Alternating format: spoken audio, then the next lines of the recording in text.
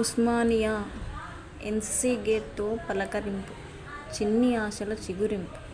విజ్ఞాన నిధి, విద్యా పెన్నిధి, జ్ఞాన సముపార్జన సన్నిధానం.